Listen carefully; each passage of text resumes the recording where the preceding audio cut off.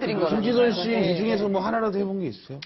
그 왜 죽음을 호스피스 분들 있잖아요. 예, 그분들이 이제 오셔가지고 뭘 이렇게 작성을 해보라고 그러시는 거예요. 처음에는 제 신체 부위 중에서 가장 소중한 부위를 쓰래요. 그래서 뭐 이렇게 썼어요. 그래도 눈이 있어서 봐야 되고, 코가 있어서 냄새를 맡아야 되고, 입이 있어서 사랑한다는 말도 해야 되고, 먹어야 되고, 이러면서 막 이렇게 썼어요. 그랬더니 소중한 보물에 대해서 쓰래요. 내가 이제 가장 소중하게 생각하는 거 보물 쓰고, 그 다음에 소중한 가족 쓰고, 뭐 이렇게 여러 가지를 썼어요. 그리고 내 인생에 정말 놓치기 싫은 것들, 뭐 일 뭐 이런 거 있잖아요.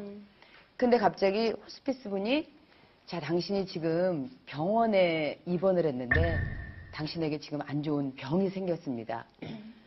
여기서 5개를 지우세요. 그러는 거예요. 그래서 이제 5개를 이렇게 지웠어요.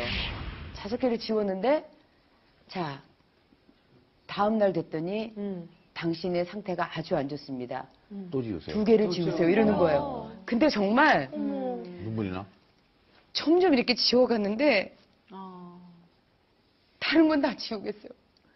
나 다리도 자르고요. 내 엉덩이 다 지우고 다 지웠어요. 근데 이제 일도 지웠어요. 제가 그렇게 소중했던 일도 지우고 돈도 지우고 통장도 지우고 다 지웠는데 이제 가족이 남은 거예요.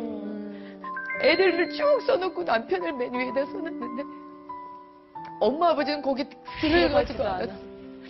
그러니까 제가 지우면서도 어머 세상에 난 어떻게 엄마 아버지를 놓지도 않았니 이런 생각이 들면서 애들을 지우는데 안 지워지는 거예요. 이게 못 지우지.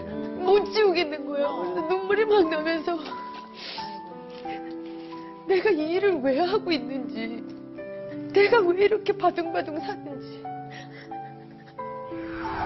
정말 우리 가족을 더 사랑해야 되겠다는 생각이 들면서 제가 그 방송을 다 못하겠더라고요. 눈물이 너무 나서 나 못하겠어요. 정말 이런 거 시키지 마요. 제발 이런 거 시키지 마요. 그랬더니 그 호스피스 분이 그걸 죽음을 앞둔 많은 환우분들이 하고 계십니다. 네. 그 하나씩 하나씩 지우시면서 또 그 가족들도 그러면서 돌아가시기 전에 더 많은 시간을 함께하고 더 많은 시간 같이 웃으면서 추억을 되새기고 이런 얘기를 딱 하시는데 정말 그때 제가 뭔가 한 대 세게 얻어맞은 그런 기분이 들더라고요. 그래서 제가 간혹은 제 일 때문에 정말 아이들이 엄마한테 엄마 언제 들어와 그러면 이놈 시키야 너 때문에 지금 엄마가 돈 벌고 있잖아. 네 장난감 사주려고 돈 벌잖아. 막 이러면서 막 이랬는데 이제는 일을 아둥바둥 하지 말아야 되겠다. 내가 줄일 수 있는 한은 정말 필요하지 않으면 내가 줄이고 정말 가족들과 더 많은 시간을 가져야 되겠다. 더 사랑한다는 말 해주고 그러면서 생각이 정말 많이 바뀌었어요. 제가. 조금 무겁게 시작하게 되었어요. 우리 부모님들, 노인이 되어가는 분들의 상실감이 이렇다라는 거예요. 세월이 흘러갈수록 늙어간다는 것은 많은 것을 잃어버리는 과정이기에 대부분의 어르신들은 시간이 갈수록 우울해지고 무기력해지고 또 스스로 무가치하다 하는 그런 생각에 이르기까지 합니다. 미국의 경영 컨설턴트 벤 크로치라는 그런 분이 이런 말을 했어요. 노인에 대해서 이렇게 정의했습니다. 한번 볼까요? 스스로 늙었다고 느낀다. 배울 만큼 배웠다고 느낀다. 세 번째, 이 나이에 그깟 일 뭐 하려고 해? 라고 말하곤 한다. 네 번째는 젊은이들의 활동에 아무런 관심이 없다. 다섯 번째, 내일을 기약할 수 없다고 느낀다. 여섯 번째, 듣는 것보다 말하는 것이 좋다. 일곱 번째, 좋았던 그 시절을 그리워한다. 여러분, 이런 정의에서 느껴지는 감정이 있다면 뭘까요? 아주 깊은 허무함과 상실감이 배어 있지 않습니까? 노인이 되어 간다는 것은 이러한 깊은 허무와 상실감. 그래서 어떤 분들은 노인을 몽당연필과 같다라고 비유하기도 했어요. 처음에는 지우개가 예쁘게 달린 선물이었죠. 우리 친구들 연필 뒤에 끝에 보면 예쁜 연필에 색깔 달려있는 그 연필에다가 끝에 지우개가 달려있는 그 연필 생각나죠? 그렇게 예쁜 선물이었지만 오랜 시간 동안 쓰다 보니까 닳고 깎이고 그렇게 사용한 후에는 작고 볼품이 없는 그런 몽당 연필, 필통 한 구석에 이제 이리저리 뒹구는 존재, 그리고 쓰기는 불편하고 버리기는 아까운 존재, 그게 몽당 연필이잖아요. 근데 노인이 그렇다라는 거죠. 정말 그래요? 노인이 정말 그런 존재입니까? 세상에서 노인들을 바라보는 시선이나 노인들을 바라볼 때 많은 분들이 그런 마음으로 보는 것은 아닌가, 오죽했으면 몽당연필에 노인을 비유하는가. 저는 그렇게 생각하지 않습니다. 몽당연필이 되기까지 그것을 오래도록 붙들고 사용한 그 사람에게는, 그 사람 마음속에는 이 몽당연필은 굉장히 큰 의미가 있는 게 아니겠어요? 꾸준히 그 연필을 좋아해서 계속 사용했던 우리 한결이는 그 몽당연필 소중하게 느껴지지 않겠어요? 현대사회는 노인을 불편하고 또 노인 자신도 상실감과 우울증에 시달리고 있는데, 하나님은 전혀 다른 시선과 전혀 다른 평가를 가지고 노인들을 바라보고 있다는 거예요. 하나님은 늙어 노인이 되어버린 자들에 대해서 어떻게 얘기합니까? 오늘 본문에서 그렇게 얘기합니다. 노인은 어떤 존재인가? 하나님이 노인에 대해서 어떻게 정의를 내리는지 한번 봅시다. 자, 읽어봅시다. 시작. 노인은 하나님의 걸작입니다. 하나님은 어떻게 평가하냐면요, 노인은 하나님의 걸작이라는 거예요. 걸작. 우리 32절 읽었던 거 봅시다. 너는 샌머리, 머리가 휘었다는 얘기예요. 샌머리 앞에서 일어서고, 일어서란 말은 제사를 드릴 때 일어서는 제의적 표현이에요.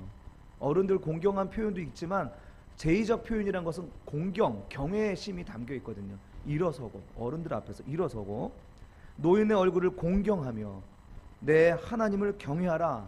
나는 여호와니라. 자, 보세요. 노인을 공경해. 그리고 그 뒤에 뭐가 나와요? 나를 공경해, 나를 경외해. 내가 여호와야. 무슨 말 하는 거예요 지금? 지금 성경은,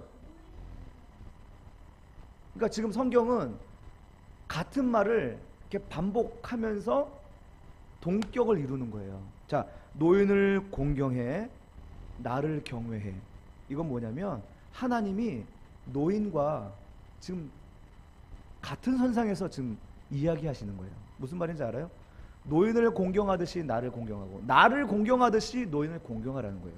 지금 노인을 어느 반열에 올린 거예요? 하나님의 반열로. 하나님만큼 위상을 높여주신 거예요. 동격에 두고 있는 거예요. 너희 잘 들어. 노인은 내가 보증하는 진정한 사람이야. 나는 여호와니라. 끝에 보이죠? 나는 여호와야. 이게 하나님의 마치 도장같이 딱 찍어주면서 나는 여호와야, 내 이름으로 새겨진 내 작품이야 라고 말씀하는 거예요. 여러분은 가장 아름다운 사람이 어떤 시기라고 생각합니까? 가장 아름다운 시기. 1. 아기. 2기. 청소년기. 3번 청년기. 4번 장년기. 5번 노년기. 언제인 것 같으세요? 아기가 가장 사람다운 사람, 순수한 사람이란 면에서는 맞을지도 몰라요. 아기라면. 그러나 오늘 말씀에 비추면 노년기, 바로 노년기가 하나님이 가장 사람다운 사람이라고 말하는 거예요. 자, 그래서 노인은요 통마늘과 같은 거예요. 통마늘. 우리 친구들은 잘 모르겠지만 엄마는 알 거예요. 통마늘. 통마늘의 본질, 마늘은 뿌리에 있잖아요. 뿌리. 자, 통마늘의 본질은 마늘에 있는 거예요. 간혹 마늘종, 이 줄기, 마늘종과 이파리를 겉절이해서 드시기도 하지만 통마늘, 그 마늘이 본질인 거예요. 맞죠? 여러분, 통마늘을 언제 재배하는지 아세요? 통마늘은요, 잎이 대가 꼿꼿하게 서고 잎이 푸르고 무성할 때 마늘을 수확하지 않아요. 언제 수확하냐면 이 이파리가 누렇게 말라서 죽은 것처럼 됐을 때, 그때 거둬요. 이파리가 누렇게 시들고 말라 죽은 것처럼 보일 때 재배한다는 거예요. 서리가 내려앉아 잎과 줄기가 정말 형편없이 말라 비틀어졌는데 그것을 잡아당기면 육종 마늘, 착 튼실한 마늘이 탁 드러나는 거예요. 노인의 겉모습은요, 이와 같이 설이 내려앉아 샘머리 그리고 또 주름이 깊게 패여있는 민망한 모습이지만 그 내면에는 우리가 알지 못하는 굵고 건강한 그 무엇이 자리하고 있기에 하나님은 노인을 자켄, 하나님의 어떤 동격으로 오늘 말씀하고 있는 거예요.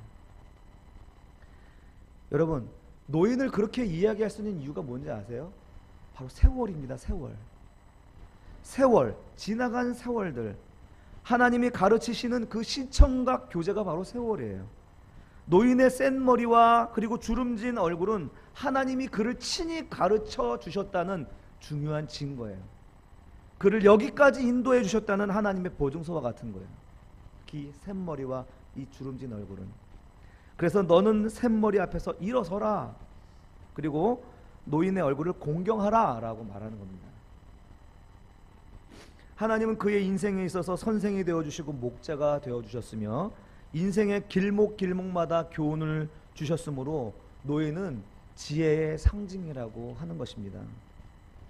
자, 욥기 12장 12절 함께 읽어봅시다. 시작. 늙은 자에게는 지혜가 있고 장수하는 자에게는 명철이 있느니라. 자, 늙은 자에게 왜 지혜가 있고 늙은 자에게 왜 명철이 있습니까? 오랜 세월 하나님이 그 세월이란 것을 통하여서 가르치고 교훈하시고 깨닫게 해주셨기 때문에 그 안에 있는 축적된 지혜가 많은 거예요. 어떤 상황에서든지 할 수 있는 이야기가 있는 거예요. 그래서 노인은 지혜자이고 명철한 자다라고 말하는 겁니다. 그래서 노인은 하나님의 작품이고요. 그리고 최종 작품이기 때문에 걸작이에요. 걸작. 하나님의 최종 작품. 따라해 봅시다. 최종 작품. 최종 작품이 걸작이에요. 걸작. 도자기를 굽는 거 이야기 아세요? 도자기를 굽는 그 도공은 심혈을 기울여서 그릇들을 만듭니다. 예? 흙으로 빚어서 그릇을 만들고 뜨거운 불에다가 초벌을 하죠. 그 다음에 열을 식히고 그리고 그것들을 유약을 발라서 방치합니다. 또다시 그림을 잘 그려가지고 유약을 발라가지고 엄청 뜨거운 곳에다가 마무리 재벌 구이를 합니다. 이렇게 구워지고 나서 틀어지고 망가진 것들은 깨뜨리는 거 아시죠? 이 도공손에 최종적으로 끝까지 들려져 있는 그 작품이 최고 작품인 거예요. 아멘? 노인이 바로 하나님 앞에서 그런 존재라는 거예요. 하나님이 노인을 만드시고 빚어가시는 그 최종 작품이 노인인데 하나님은 얼마나 위대하신 분이십니까? 그를 빚으신 하나님은 얼마나 대단하신 분이세요? 그분의 이름과 명예를 걸고 이 노인을 최종 작품이라고 얘기했다면 노인은 대단한 가치가 있는 존재라는 사실입니다. 사람으로 따지면 가장 완전한 존재가 사실은 노인이라는 거예요. 사랑하는 성도 여러분, 모든 사람은요 이런 세월을 통과해야 돼요. 우리 소망이, 한결이, 한솔이 지금 어려서 먼 이야기 같지만 바로 아버지와 같은, 어머니와 같은 그런 성인을 지나쳐서 이제 머리가 희끗희끗 주름이 펴있는 이런 세월을 다 겪어야 돼요. 그러나 이런 세월을 통하여서 우리가 상실, 허무로 가는 것이 아니라 위대한 하나님의 작품으로 만들어져 가고 있는 줄로 믿습니다. 아멘. 자, 두 번째 노인은 어떤 분이냐 성경은 이야기하냐면요, 한번 따라해 봅시다. 시작. 노인은 하나님이 들으시는 기도자십니다. 하나님이 들으시는 기도자예요. 자, 이유는 무엇이에요? 이유는 방금 앞에서 설명했듯이 하나님의 가르침과 교훈 그리고 그 인도함을 가장 많이 받은 사람이기 때문에 그렇습니다. 하나님의 인도함을 받고 가르침을 받고 교훈을 받은 사람은 하나님에 대해서도 누구보다도 더 잘 알 수 있죠.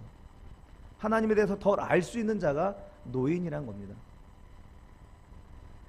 하나님은 그가 어떤 사람인지 잘 알기 때문에 그 노인이 구하는 기도, 자녀를 향한 노인의 기도, 하나님이 귀를 기울이시고 들어줄 수밖에 없어요. 지난주에도 말씀드렸듯이 10계명의 순서만 봐도 노인은 하나님 다음 반열에 있다라고 말씀드릴 수가 있어요. 10계명에서 1계명부터 4계명까지 하나님을 사랑하는 그 사랑인데, 이 사랑이 사람 사랑으로 넘어가야 돼요. 그렇죠? 그래서 6계명부터 10계명까지는 사람 사랑에 대한 정확한 하나님의 마음입니다. 그렇죠? 사람을 사랑하라. 살인하지 말라. 간음하지 마라. 도적질하지 마라. 거짓 증거하지 마라. 탐내지 말라. 이런 사랑을 실천하는 것이 하나님의 뜻이에요. 그런데 하나님 사랑이 사람 사랑으로 흘러가기 위해서 그 중간에 누가 있어요? 부모가 있는 거잖아요. 5계명의 부모. 하나님이 이 부모란 존재를 하나님의 사랑이 흘러가는 통로로 삼으셨어요. 하나님의 복이 흘러가는 통로로 삼으셨어요. 그래서 하나님은 사람을 사랑하고 사람에게 기도 응답을 하시기 위해 주신 분이 누구냐면 부모라는 거예요. 우리들의 연로한 부모님들. 정말 재밌는 게 뭔지 아세요? 성경의 내용을 딱 보면은 노인이 된 부모가 한 기도는 보통 기도가 아니에요.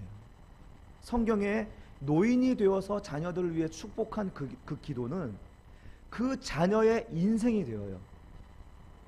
그 자녀의 운명을 결정짓는 예언자적인 기도가 됐다는 거예요. 그가 기도한 대로 이루어졌는데, 이삭이 야곱을 축복하는 구절이 창세기 27장에 나오는데요. 야곱의 삶 속에서 이삭의 축복은 아버지가 빈 그 기도대로 100% 이루어져요. 그리고 또 창세기 49장 이하에 보면 늙은 야곱이 12아들을 모아놓고 축복하는 내용이 나와요. 거기서도 늙은 아버지가 축복한 그것이 그 자녀들의 삶의 방향이 되어요. 예언자적으로 한 그 말씀이 그대로 이루어져요. 역사 속에서. 사랑하는 성도 여러분, 가장 완전한 사람, 가장 하나님을 닮은 사람이 노인이며, 그들이 자녀를 위해 기도하고 축복하는 것은 하나님이 들으시는 음성이라는 사실이 여러분 놀랍지 않습니까? 아브라함이든 이삭이든 야곱이든 그들이 자녀에게 한 가장 큰 일, 가장 큰 선물은 물질이 아니었어요. 아브라함이 또는 이삭이, 야곱이 자녀에게 가장 큰 선물은 바로 기도였어요. 왜? 그가 축복한 대로 되었기 때문이라는 거죠. 이 기도와 축복을 우습게 여겨서는 안 될 것입니다. 여러분의 부모가 살아있습니까? 또 늙으신 부모님들이 있다면 공경하고 사랑해야 될 줄로 믿습니다. 그분들은 정말 존귀한 분들이에요. 하나님이 보증하시는 분들이에요. 그리고 하나님께 무엇이든지 구하면 들어주시는, 우리를 위해 구하시는 기도자요 중보의 권세가 있는 분인 줄로 믿습니다. 아멘. 그런데 우리는 이것을 왜 알아차리지 못하고 노인을 공경하지 못할까요? 세 번째 한번 읽어봅시다. 시작. 하나님께서 이 걸작을 주름과 센 머리에 감추셨기 때문이다. 네? 이해되세요? 하나님의, 지금 우리 노인을 걸작품이라고 얘기했잖아. 그런데 이 걸작품을 어디에다 숨겼냐면 이 흰머리, 볼품없는 흰머리와 주름진 얼굴 속에 숨겨두신 거예요. 사람들은 노인의 그 흰머리와 주름진 얼굴만 봐요. 하지만 하나님은 노인의 그 육종마늘과 같은 단단한 알, 진정한 사람됨, 그것을 보고 있다라는 거죠. 우리 상주에 계시는 어머니 종종 이렇게 얘기합니다. 우리 소망이 외할머니 좋아하지? 이렇게 얘기합니다. 우리 친할머니잖아요. 친할머니. 네. 소망아, 너 외할머니 좋아하지? 그래요. 그러면서 저를 바라보면서 애기들은 나를 안 좋아해. 이렇게 얘기합니다. 우리 친할머니가 좀 예쁘게 생기셨잖아요. 그러니까 이제 우리 어머니가 보시기에 전주 친할머니가 예쁘게 생겼다고 생각했던 거 봐요. 소망이 보고 인류와 하는데 소망이가 안 오니까, 소망이는 우리 외할머니, 전주 할머니 좋아하지? 그래서 저를 보면서 애기들은 나를 안 좋아해. 그렇게 체념하듯이 말합니다. 왜냐하면 본인의 그 깊게 패인 그 주름, 그리고 다리가 불편해서 이렇게 뒤뚱 이렇게 오잖아요. 소망아 이리 와 하면 완전히 좀비처럼 보이는 거예요. 그러니까 아기가 입장에서는 무서운 거예요. 무서운 거. 무서워서 아 하고 도망가는 거예요. 응?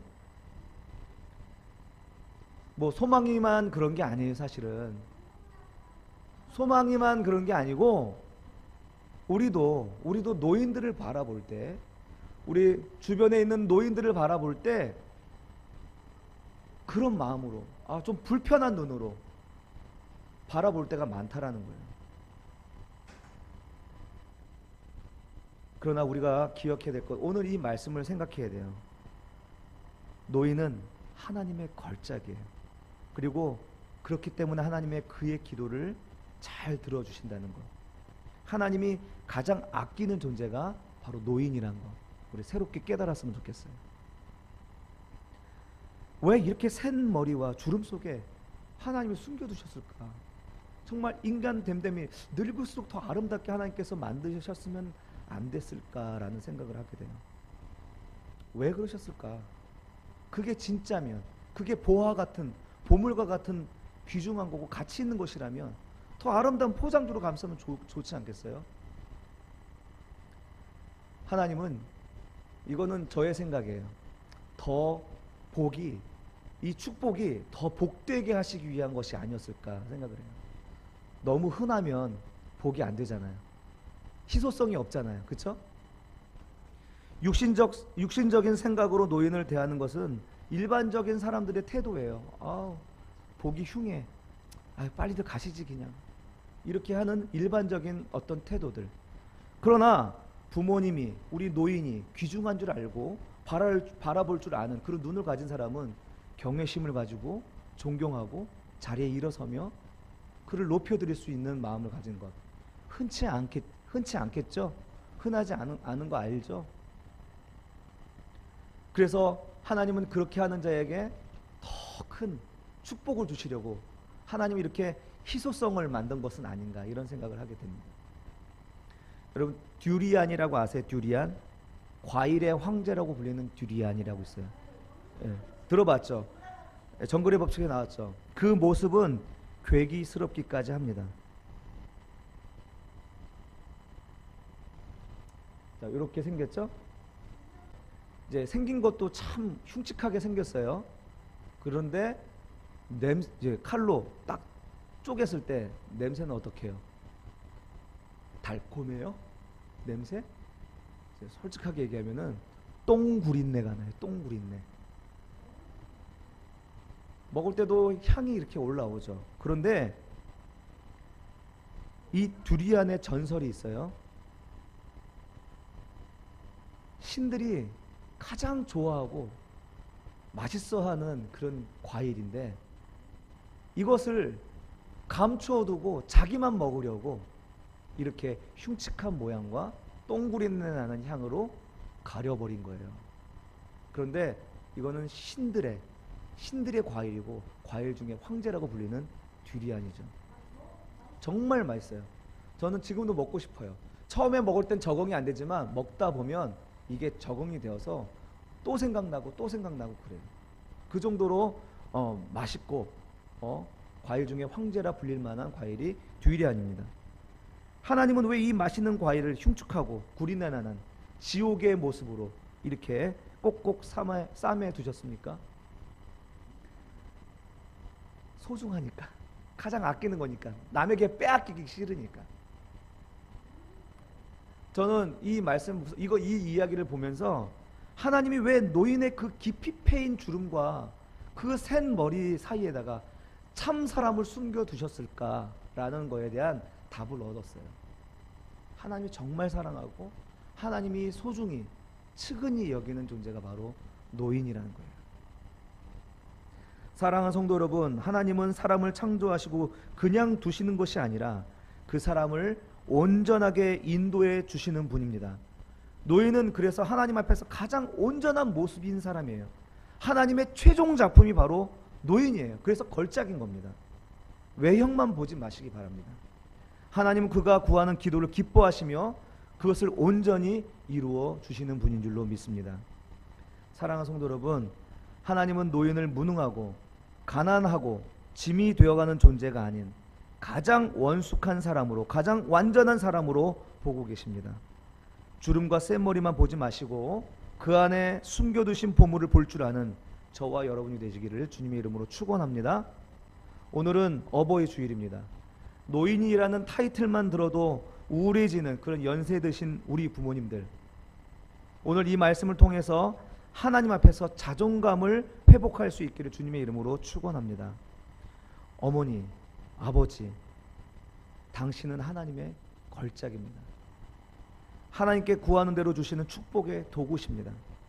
그러니 노는 입에 축복의 기도가, 또 축복의 말과 격려로 우리 자녀와 가문 위에 기도해 줄 수 있기를 바랍니다.